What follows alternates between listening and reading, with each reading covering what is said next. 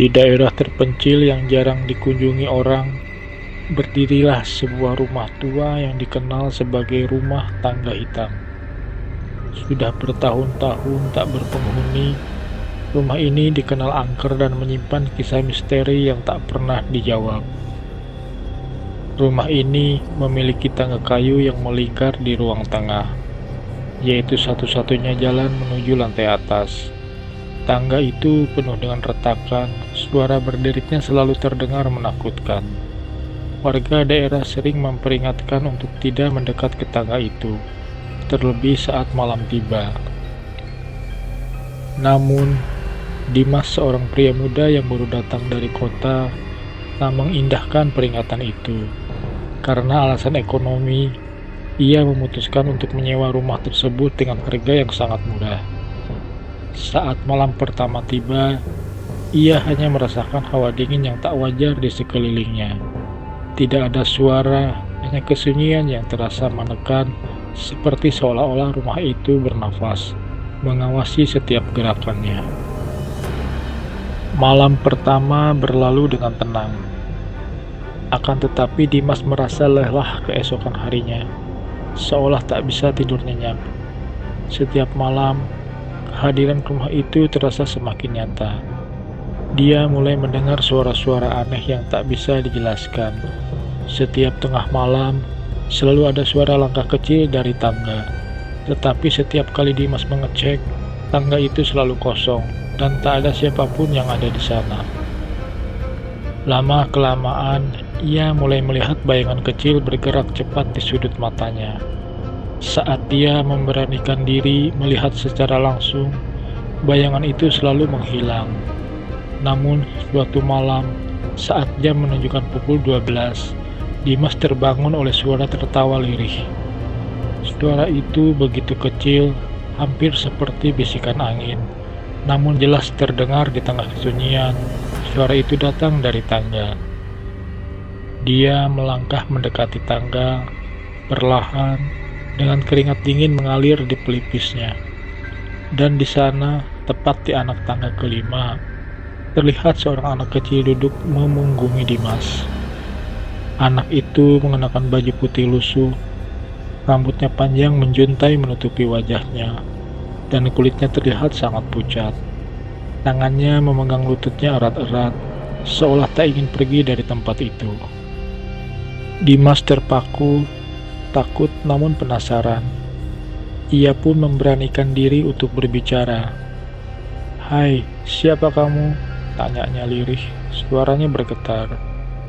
Anak kecil itu tak menjawab, hanya terdiam dan perlahan-lahan mengangkat kepalanya.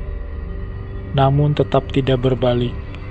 Dimas merasa sesuatu yang mengerikan, sebuah aura dingin dan gelap yang menyelimutinya. Tiba-tiba, anak itu mulai berbisik, "Kamu tak seharusnya di sini." Bisikannya mengambang di udara, seperti terpantul-pantul di dinding-dinding rumah yang kosong itu. Setelah malam itu, keadaan semakin memburuk. Setiap kali Dimas ingin naik atau turun tangga itu, ia selalu melihat sosok anak kecil itu duduk di sana, menatapnya tanpa kata. Kadang-kadang, anak itu hanya diam, tetapi ada saat-saat ketika ia mulai menangis. Tangisannya terdengar menyayat hati, seperti seorang anak yang merasa kesepian dan tersesat. Suatu malam, Dimas merasa ia harus mencari tahu apa yang terjadi di rumah itu. Ia mulai mencari catatan sejarah daerah, mencoba menemukan kisah tentang penghuni sebelumnya. Dari seorang pria tua di daerah itu, ia mendengar kisah tentang keluarga yang dulu tinggal di rumah itu. Ternyata ada seorang anak perempuan bernama Mira yang tinggal di sana, tetapi ia meninggal dalam tragedi yang mengerikan. Keluarga Mira ditemukan tewas secara misterius, dan hanya Mira yang jasadnya tak pernah ditemukan. Daerah itu percaya rohnya terjebak, menunggu di tangga itu, berharap seseorang untuk membebaskannya. Malam berikutnya, Dimas kembali mendengar langkah kaki kecil, kali ini lebih jelas dan lebih dekat. Ia berani naik ke lantai atas, mencoba melihat lebih dekat sosok anak itu. Namun, saat ia menginjak anak tangga ketiga, lampu di rumah itu padam secara tiba-tiba, dan semuanya tenggelam dalam kegelapan. Dalam gelap, ia merasakan dingin yang membekukan, dan di depannya ia melihat dua mata hitam besar, penuh kesedihan dan kemarahan, menatapnya. Anak itu kini berdiri tepat di hadapannya. Wajahnya pucat dengan mata yang kosong. Bibirnya yang pucat bergerak sedikit. "Aku hanya ingin keluar," katanya pelan. Suaranya serak dan terdengar penuh rasa putus asa. Dimas merasa tubuhnya tak bisa bergerak, seperti ada tangan-tangan tak terlihat yang menahannya. Anak itu mengulurkan tangan dinginnya, menyentuh wajah Dimas, membuat kulitnya terasa seperti diselimuti oleh es. Ketika kesadarannya pulih, ia melihat dirinya sedang berlutut di depan anak tangga keempat, tepat di mana anak itu selalu duduk. Dia mulai menggali lantai kayu dengan tangannya, hingga akhirnya menemukan sebuah kunci kecil yang sudah berkarat. Dengan gemetar, ia membawa kunci itu ke pintu gudang tua di belakang rumah yang selama ini selalu terkunci. Di saat ia membuka pintu gudang itu, hawa dingin menyeruak dan di dalamnya ia menemukan sebuah boneka tua yang sudah lusuh.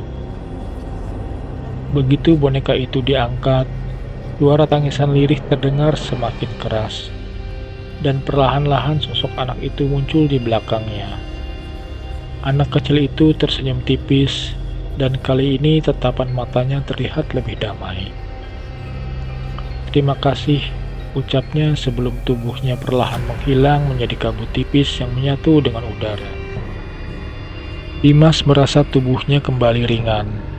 Suara langkah kecil di tangga yang selama ini menghantuinya kini berhenti. Sejak saat itu, rumah tersebut tak lagi terdengar angker.